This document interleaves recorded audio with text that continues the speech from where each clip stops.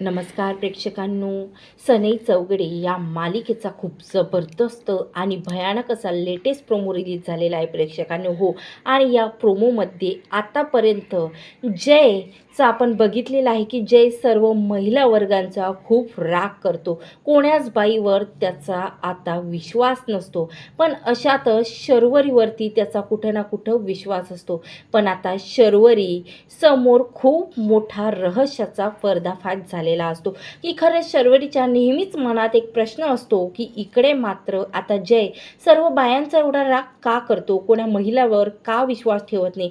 तेव्हा मात्र आता इकडे शरूने त्या रहस्याचा शोध घेतलेला असतो आणि इकडे शरी समोर आता तो रहस्य की जय हा बायांचा एवढा राग का करतो ते रहस्य येताच आता इकडे शरूच्या पायाखालची जणू जमीनच सरकते. हो प्रेक्षकांनो, या लेटेस्ट प्रोमोमध्ये आता तेजस्विनी ही जयची सावत्र आई आहे, तर त्याची सख्खी आई ही वेगळीच एक महिला होती असं दाखवण्यात आलेलं आहे. आणि तेव्हा मात्र आता त्याच्या खऱ्या आईची हिस्ट्री जेव्हा इकडे शरूला माहिती पडतं तेव्हा मात्र तिला खूप मोठा धक्का बसतो. आणि खरंच जय हा सर्व बायांचा एवढा राग का करतो, हा एवढं मोठा रहस्याचा उलगडा आता तिच्यासमोर झालेला असतो. तर इकडे मात्र आता चला या सविस्तर या नेमकं प्रोमोमध्ये काय दाखवण्यात आलेलं आहे, लेटेस्ट प्रोमोमध्ये हे सविस्तर आपण या व्हिडिओद्वारे पाहणार आहोत. म्हणून व्हिडिओ शेवटपर्यंत पहा आणि आवडल्यास लाईक आणि चॅनलवर नवीन असाल तर सबस्क्राईब करा. जेव्हा आता जयने इकडे मात्र आता रावीसोबत प्रेमाचं नाटक करण्याचं ठरवलेलं असतं. पण जेव्हा जेव्हा आता काही क्षण असे असतात की जेव्हा आता सर्वांना रिअलाईज झालेलं पाहिजे की रावी ही जयची गर्लफ्रेंड आहे, तेव्हा मात्र आता जेव्हा एकत्र यावं लागतं तेव्हा मात्र आता जेव्हा रावी त्याला स्पर्श करते तेव्हा मात्र इकडे जयला प्रचंड राग येतो. आणि तेव्हा मात्र आता शरूने ठरवलेलं असतं की नाही, जयचं काहीही होऊ शकत नाही जोपर्यंत आता जयविषयी माझ्यासमोर ते रहस्य येणार नाही की जयच्या मनामध्ये एवढं सर्व बायांविषयी राग का आहे, तोपर्यंत आता तो रहस्य मी माझ्यासमोर येत नाही आणि जयला आता त्याविषयी त्याच्याशी बोलत नाही तोपर्यंत मी शांत बसणार नाही, असं शरूने निर्णय घेतलेला असतो. तर इकडे मात्र आता शरू त्याच नादी असते, कारण आता जय एक खोटं नाटक जरी म्हटलं ना रावीसोबत तरी तो प्रेमाचं करू शकत नाही. त्यामध्ये सुद्धा आता बायांवर असलेला तिरस्कार आता त्या शरूला समजते आणि शरूने आता एकच प्रश्न जयला विचारलेला असतो. आता जयला एका शांत ठिकाणी घेऊन गेलेली असते शर्वरी आणि तेव्हा मात्र आता जयकडून काढण्याचा प्रयत्न करते की खरंच तुला बायांचा एवढा राग का असतो. पण जय मात्र आता शरूला काहीही सांगत नाही. तेव्हा मात्र आता दुसऱ्या दिवशी इकडे मात्र आता शर्वरी सरळ जाते जयच्या आजीला भेटण्यासाठी आणि त्यावेळेस मात्र तेजस्विनी घरी नसते. आता आजी तर इकडे अगोदरच शर्वरीच्या प्रेमात पडलेली असते. तेव्हा मात्र आता आजी बोलते, काय झालं शरू?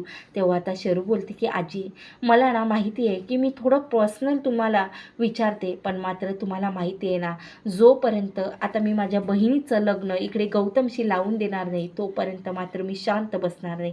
मला एक गोष्ट सांगा, म्हणजे जयविषयी मला जाणून घ्यायची आहे की जय एवढा बायांचा राग का करतो, त्याला एवढं बायांविषयी का तिरस्कार आहे.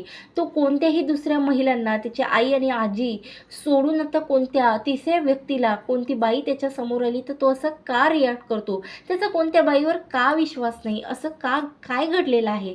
तेव्हा आता इकडे मात्र आजी बोलते की हे बघ, मी तुला सांगते पण जयला सांगू नको याविषयी की मी तुला काही सांगितलं. तेव्हा मात्र इकडे आता शरू बोलते की नाही आजी, सांगा तुम्ही निवांतपणे. तेव्हा आता इकडे आजी बोलते की तुला माहिती आहे तेजस्विनी ही जयची खरी आई नाही आहे आणि इकडे मात्र आता तेजस्विनी हे सावत्र आई इकडे मात्र आहे आणि जयची आई कोणी वेगळीच बाई होती. आणि मात्र जयने प्रचंड वेळा तिच्याकडे प्रेमाची मागणी केली, पण मात्र एक आई म्हणून कधीही त्या बाईने आता इकडे मात्र जयला स्वतःजवळ घेतलं नाही. आणि त्या रात्री जेव्हा आता या घराला आग लागली होती तेव्हा जय आता हेल्प म्हणून ओरडत होता, मदतीचं हाक त्याच्या आईला मारत होते. तेव्हा मात्र त्या बाईने आता इकडे लगेच त्या बाईने स्वतःचा जीव वाचवण्यासाठी जयचा सुद्धा बळी देण्यास मागे पुढे तिने बघितलं नाही आणि त्याच वेळेस त्याच आगीमध्ये तेजूने मोठ्या विश्वासाने आता जयचा जीव वाचवलेला आहे.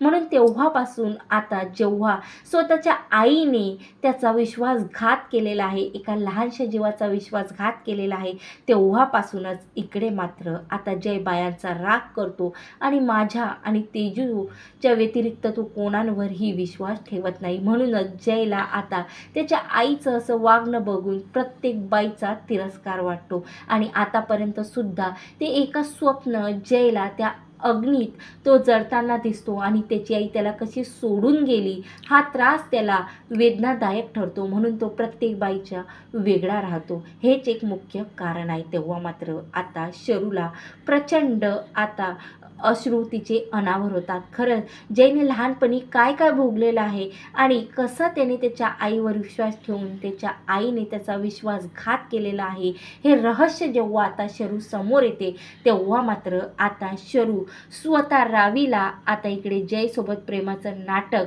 करायचं नाही तर ती स्वतः जयसोबत लग्न करण्यासाठी आता होकार देते. कारण आता जयविषयी तिच्या मनात कुठं ना कुठं प्रेमाची चाहूल लागलेली आहे. जेव्हा आता जय हा रावीसोबत खोट्या प्रेमाचं नाटक करते तेव्हा हिला जलस फील होत आता इकडे मात्र तिला स्वतः आता जाणवते की तिचं जयवर किती प्रेम आहे. अशा प्रकारे आता जयचं रहस्य जाणत आता स्वतः शरूने ठरवलेलं असतं की एक बायको म्हणून आता जयच्या आयुष्यामध्ये, एक प्रेमिका म्हणून जयच्या आयुष्यामध्ये आता जयला भरभरून प्रेम द्यायचं आहे आणि इकडे मात्र आता जयची आयुष्यभर साथ द्यायचा आहे. तर अशा प्रकारे आता जयची आई तेजस्विनी नाही या रहस्याचा शोध लावत इकडे शर्वरीने खूप मोठा धक्कादायक प्रकार आता उघडीस शर्वरी समोर आलेला आहे प्रेक्षकांनो. आणि आता लवकरच शरू जयच्या प्रेमाचा स्वीकार करत जयला सुद्धा आता मनातील भावना सांगत खूप मोठा धमाका करणार आहे. तर इकडे आता ही माझ्या नवीन चॅनलवरती इकडे कृपा माऊलीच्या या चॅनलवरती तुम्हाला इकडे सनई चौघडे या मालिकेची जबरदस्त ट्विस्ट बघायला आवडते का? नक्की कमेंट्स करून सांगा आणि व्हिडिओ आवडल्यास लाईक आणि चॅनलवर नवीन असाल तर नक्की सबस्क्राईब करा. धन्यवाद. जय गजानन माऊली. स्वामी समर्थ.